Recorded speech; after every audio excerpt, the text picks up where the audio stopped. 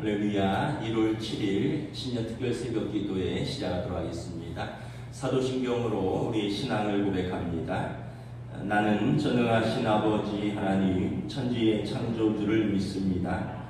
나는 그의 유일하신 아들 우리 주 예수 그리스도를 믿습니다.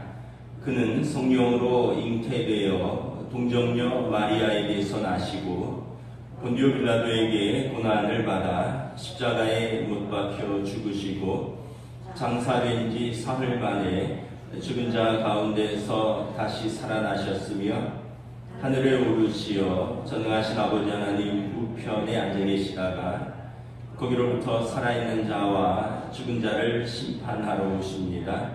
나는 성령을 믿으며 거룩한 공교회와 성도의 교제와 죄를 용서받는 것과 몸의 부활과 영생을 믿습니다. 아멘. 찬송가 135장 찬양하시겠습니다. 찬송가 135장입니다.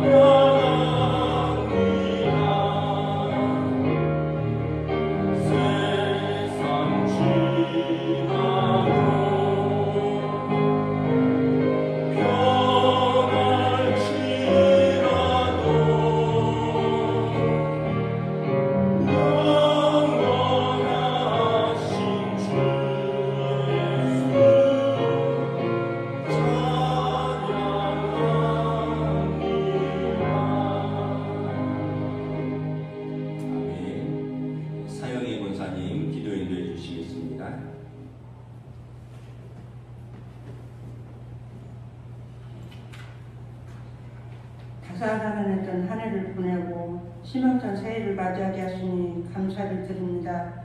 어두운 세상에서 빛을 밝혀주시기 위하여 저희들을 사랑하시는 주님의 사랑을 온몸으로 느끼며 이 시간 예배하시게 하시니 무한한 감사를 드립니다.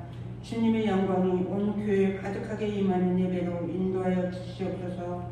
새해에는 나라가 어수선한 가운데 안정되고 평화하기로 인도하여 주시며 가정과 사업장들을 지켜주시고 우리 믿음을 지켜주시며 교우들의 건강과 믿음으로 흔들리지 않는 가정으로 세워주소서. 주 하나님, 성도님들을 사랑으로 하나 되어 기쁨으로 서로에게 존중하며 섬기는 동원교회가 되기를 바라오고, 주님의 몸된 진리의 말씀을 들고 인도하시는 목사님을 성령의 능력으로 붙들어 주셔서 은혜, 소망과 기쁨이 되기를 바라오며 예수 그리스도의 이름으로 기도 올려드립니다. 아멘.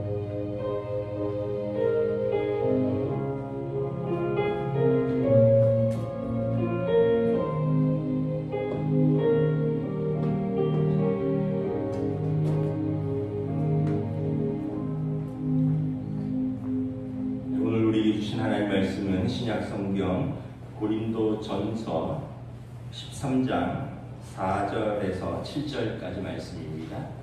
신약 성경 고린도전서 13장 4절에서 7절까지 말씀입니다. 신약 성경 279페이지입니다. 고린도전서 13장 4절에서 7절, 저와 여러분들이 한 절씩 교도하겠습니다. 사랑은 오래 참고, 사랑은 온유하며 시기하지 아니하며, 사랑은 자랑하지 아니하고 교만하지 아니하며 불의행하지 아니하며 전인 이익을 구하지 아니하며 성내지 아니하며 악한 것을 생각하지 아니하며 불의를 기뻐하지 아니하며 진리와 함께 기뻐하고 모든 것을 참으며 모든 것을 믿으며 모든 것을 바라며 모든 것을 견디느니라. 아멘. 할렐루야. 신년 특별 새벽 기도에 나오신 우리 성도들을 주님의 이름으로 환영하고 축복합니다. 오늘부터 또 좀 한파가 온다 그러죠. 우리나라는 3한 4온이니까 또 며칠은 쌀쌀할 것 같습니다. 새벽 기도 오실 때 따뜻하게 목을 잘 보호하시기 바랍니다. 올 신년 특별 새벽 기도의 주제는 고린도전서 13장 사랑장이죠. 사랑은 언제나. 그래서 어제 첫째 날은 사랑이 없으면 아무것도 아닙니다. 오늘은 사랑은 언제나 오래 참고라는 주제로 말씀을 전하겠습니다. 4절부터 7절 사이는 사랑의 몇 가지 속성을 설명하고 있습니다. 그런데 시작을 어떻게 하냐면 사랑은 오래 참고, 그리고 7절의 그 속성의 마지막을 참으며 믿으며 바라며 모든 것을 견디느니라. 그러니까 괄호치고 시작을 하는데 오래 참고 시작해서 괄호 닫으면서 마치는데 견디느니라. 참고 믿고 바라고 견디느니라. 그래서 사랑은 오래 참는 것이다. 시작도 오래 참고 마지막도 참고 견디는 것입니다. 무엇에 대해서 참고 견디느냐? 사람에 대해서 참고요. 환경에 대해서 견디는 것입니다. 왜냐하면 사랑하기 때문에 그런 것입니다. 예수님께서 이렇게 우리에 대해서 오래 참으시는 모범을 보여주셨습니다. 복음서에 보면 예수님께서 겟세마네 동산에서 기도하시고 잡히시죠. 그리고 대제사장이 보낸 무리들과 로마 군병에 의해서 잡혀서 대제사장의 뜰로 압송되어서 그곳에서 신문을 밤새도록 당하십니다. 베드로가 예수님이 어찌 되었을까 궁금해서 따라갔는데 그 대제사장의 집에 여종 중에 하나가 이 모닥불을 피워놓고 불 쬐는 베드로의 얼굴을 알아보았습니다. 당신도 갈릴리 사람이라 그랬더니 베드로가 아니라고, 아예 난 아니라고. 사투리 들어보니까 그 갈릴리 사람이 맞는데 아유 나는 아니라고. 그랬더니 옆에 있던 다른 종이 내가 이 사람 알아본다고, 이 사람이 예수랑 같이 있는 걸 내가 보았다고 했더니 베드로가 바로 화를 냅니다. 아니라는데 그러냐고. 난 저 사람 알지도 못하고, 그리고 저주하고 맹세합니다. 나는 그 사람을 알지 못하더라. 부인하는 걸 넘어서서 저주하고 맹세합니다. 생명의 말씀이 여기 있사오며 우리가 어디로 가리이까 했던 베드로였고, 예수님께서 너는 반석이라 내가 내 위에 나의 교회를 세우겠다 칭찬하셨던 베드로인데, 결정적인 순간에 베드로도 두려움 때문에 예수님을 배신했습니다. 모른 척 했을 뿐만 아니라 저주하고 맹세했습니다.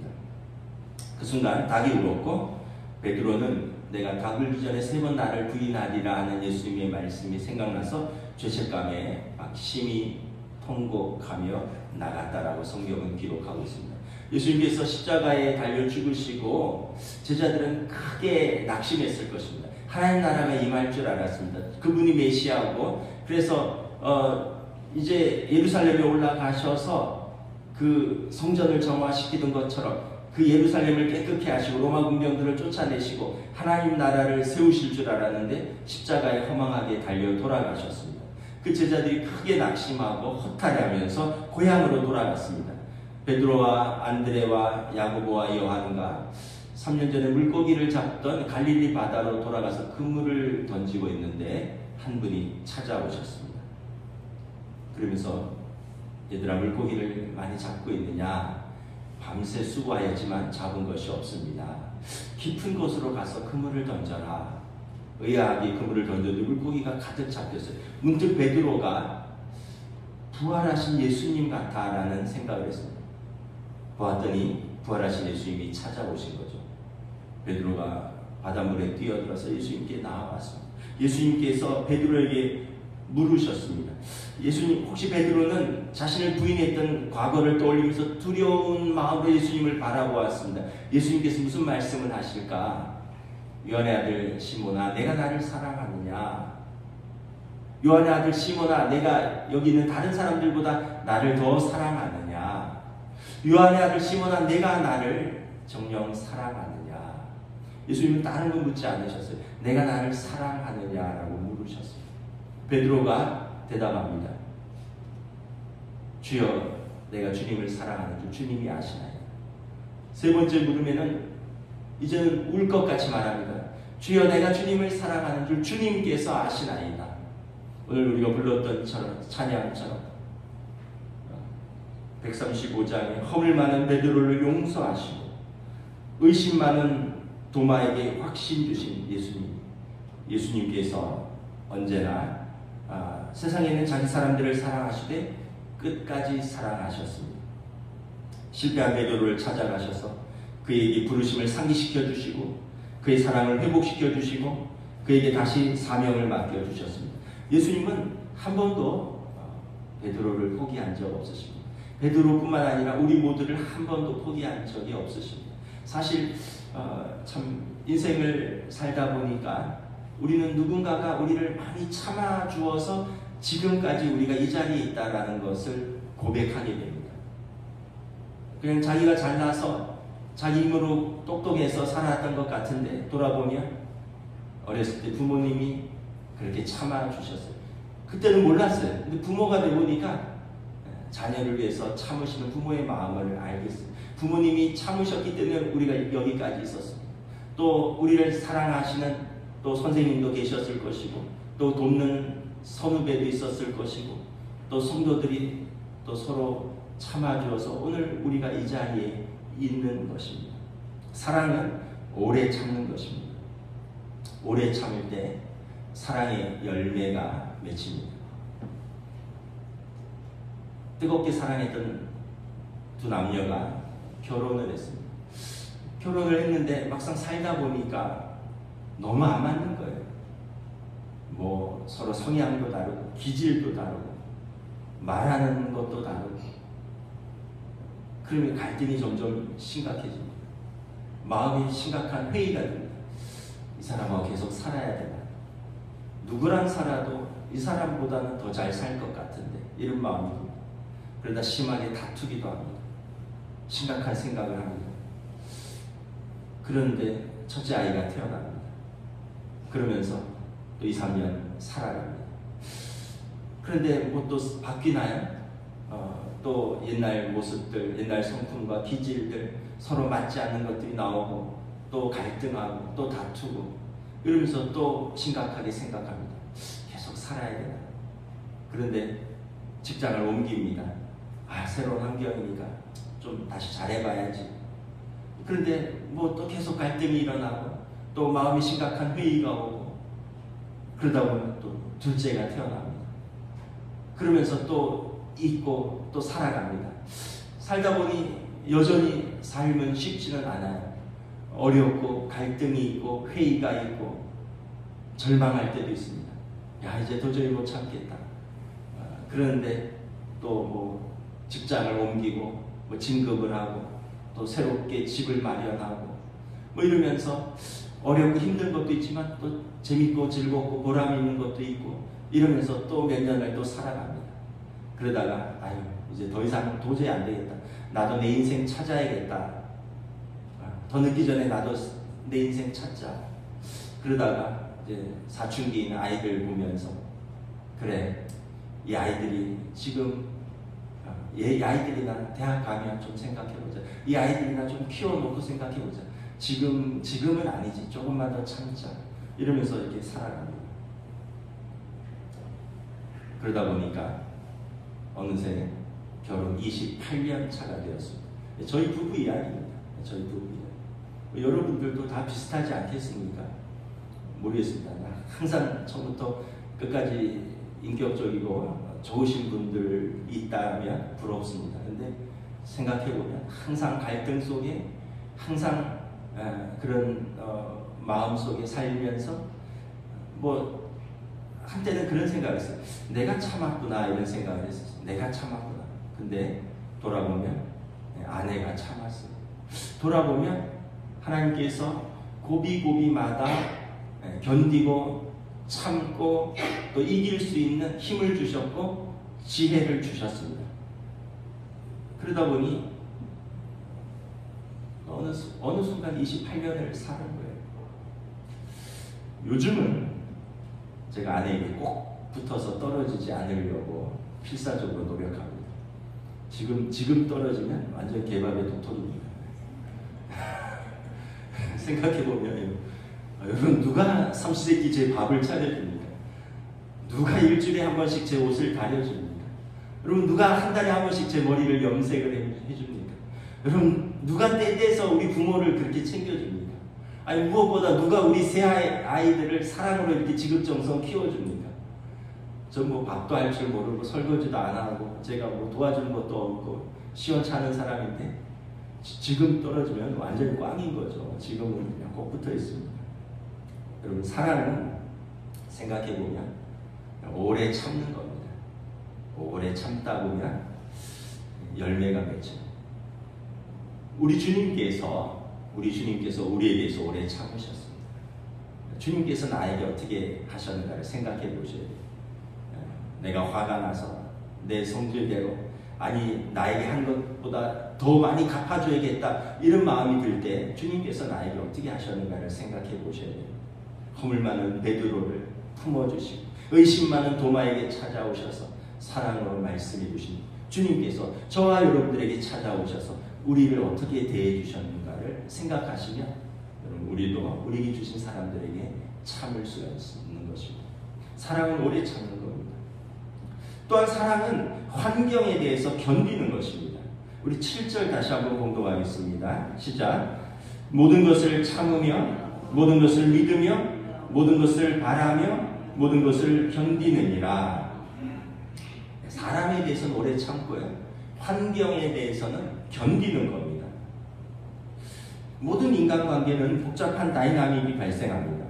아무 관계가 없는 사이면 서로 상처도 주고받을 일이 없는데 서로 관계가 있는 사이다 보니까 사랑한다고 하는데 서로 상처를 주고받아요. 가정에서도 상처를 주고받고 직장에서도 상처를 주고받고 심지어 하나님의 교회에서도 성도들끼리 상처를 주고받습니다. 그런데도 여러분 그 상황을 견디고 인내할 때 열매가 맺히는 겁니다. 직장생활 하시는 분들은 이런 말 한다고 하죠. 속주머니에 사표를 넣어서 다닌다. 뭐 그런 말씀을 하죠. 왜냐하면 그냥 순간순간 너무 힘들고 그래서 그냥 사표를 던지고 자유롭고 싶다 이런 생각할 때가 얼마나 많이 있습니까? 못된 상사가 괴롭힐 때도 있고요. 또 같이 일하는 동료들이 뜻이 안 맞을 때도 있고요. 고객들이 갑질할 때도 있고 또 내게 맡겨준 일이 너무 힘들고 무거워서 내가 그 일을 감당 못해서 스스로 절망해서 그 일을 내려놓고 싶을 때도 있습니다. 그런데 여러분 그때마다 힘들고 그만두면 그럼 사랑하는 가족들은 어떻게 부양합니까? 그럼 여러분들에게 주어진 그 가족들의 돌보는 사명은 누가 감당합니까? 힘들지만 순간순간 참고 견디면서 일하는 것이죠.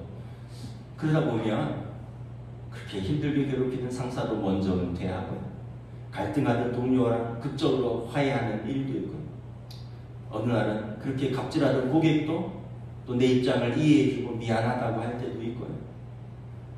또 그 일을 오래 하다 보니 이제 점점 그 일을 잘할 수 있게 되고 또 인정받게 되고 또 그러면서 한 고비 한 고비를 넘어가다 보면 어느 순간 30년, 40년 그러면서 아름답게 은퇴하는 순간을 맞이하는 것이죠. 그리고 그렇게 힘들었던 순간 자신을 버티게 만들어줬던 그 원동력이 되었던 가족들, 그 꼬맹이들은 자라서 무럭무럭 자라서 이제 대학을 졸업하고 직장을 다니고 다 컸고 그러면서 힘들었던 지난 세월을 견디고 이겨냈던 자신을 돌아보면서 스스로 인생에 대한 감동이 생기는 것입니다. 이게 다 참고 인내하고 견디는 속에서 맺히는 열매들입니다. 신앙생활도 마찬가지입니다. 하나님의 교회이고 거룩한 성도들의 모임이지만 신앙생활을 하면서 서로가 서로에게 상처를 주고받을 때가 많이 있습니다. 서로 때문에 시험에 든다는 거예요. 참 아이러니죠. 하나님의 교회에서 거룩한 성도들이 하나님의 일들을 하면서 상처를 주고받고 시험에 든다는 것입니다. 뭐 아이러니하지만 이게 죄성을 가진 우리 연약한 인간의 본 모습이고 현실인 것이죠. 그럼에도 불구하고 신앙생활은 또 해나가는 것입니다. 슬기로운 신앙생활을 하려면 어떻게 해야 되느냐, 즉 신앙생활 잘 하려면 어떻게 해야 되느냐. 첫째는 먼저 서로에게 상처를 주지 않으라고 각별히 노력해야 됩니다. 나는 시원하게 말하는데 듣는 사람들은 공격적이라고 말합니다. 나는 뒤끝이 없다라고 말하는데 듣는 사람들은 그것 때문에 힘들었다고, 오랫동안 힘들었다고 말해요. 그럼 내가 시원한 게 아니죠. 내가 뒤끝이 없는 게 아니죠. 그분들이 공격적이라고 느끼고 그분들이 오랫동안 상처가 남았다면 내가 더 조심해야죠. 더 참는 겁니다. 더 조심하는 것입니다. 조금 더 배려하는 것입니다. 조금 더 인내하는 것입니다. 그리고 맨날 상처를 받았다고 하는 분들도 좀 더 강해져야 됩니다. 무슨 말 한마디만 들어도 상처받았다. 무슨 일 하나만 있어도 시험받았다. 그러지 말고 신앙생활의 연수만큼이나 이제 좀 더 강해져야 됩니다. 이제 좀 더 유연해야 되고요. 좀 더 강해져야 되고요. 좀 더 성숙해져야 됩니다. 조금 더 참는 겁니다. 조금 더 인내하는 겁니다. 조금 더 견디는 것입니다. 결혼을 앞둔 어느 여자분이 결혼 예비학교에 왔습니다. 좋은 아내가 되려면, 좋은 엄마가 되려면 미리 좀 공부 좀 해야겠다. 그래서 그 모임에 참석을 했습니다. 교육하는 분이 이렇게 물었습니다. 결혼을 앞두고 왔는데 혹시 직업이 있으세요? 이랬더니 그 예비 신부가 아니요. 지금은 결혼을 준비하기 위해서 쉬고 있어요. 결혼하면 다시 직업을 가지려고요. 그래요? 그럼 제가 좋은 직업을 하나 소개해 드릴까요? 어머 선생님 고맙죠. 감사하죠. 어떤 일이에요? 하루 8시간 꼬박 일해야 됩니다. 아이고 다 일하죠. 근데 시간에 근무가 많이 있어요. 그래요? 일하면서 동료들의 밥도 매번 차려줘야 됩니다. 무슨 직장이 그래요? 그리고 일하면서 사무실도 항상 깨끗이 청소해야 됩니다. 에? 그래도 한밤중이나 심지어 새벽에 호출이 오면 자다가도 나가서 일해야 됩니다. 너무 극한 직업인데요. 도대체 월급은 얼마나 주나는데 그래요? 월급은 전혀 없습니다. 미쳤나요? 그럼 제가 그런 일을 왜 하게요? 엄마입니다. 그 직업은 엄마예요. 당신 좋은 엄마, 좋은 아내가 되기 위해서 이곳에 오셨잖아요. 생각해보니까 그런 것 같아요. 정말 엄마들은 하루 종일 쉬지 않고 일하죠. 남편들 출근하기 전에 밥 차려주죠. 아이들 어렸을 때 학교 갈 준비 깨워서 씻기고 가방 챙겨주고 옷 입혀주고 학교 보내줍니다. 그리고 요즘 엄마들은 또 다 같이 일하잖아요. 그리고 나서 자기도 출근해요. 그리고 일하고 또 제일 먼저 퇴근해서는 와서 식구들 밥 준비합니다. 설거지합니다. 밥하면서 세탁기 돌려요. 그리고 청소기 돌리고 나서 그럼 식구들이 한 명씩 돌아옵니다. 밥 먹었냐 물어보고 안 먹었다면 또 밥 차려주고 그리고 이제 피곤해서 누워서 자는데 아기가 어리면 또 그냥 자게 내버려 두나요? 밤중에 앵 울면 또 일어나서 기저귀 갈아주고 또 이렇게 씻긴 다음에 또 분유 먹여서 또 재워줘요. 이걸 시간으로 계산해서 돈으로 받는 엄마는 없어요. 그냥 사랑하기 때문에 사명이기 때문에 기꺼이 감당하는 거죠.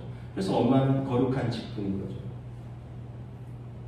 신앙생활도 이와 비슷합니다.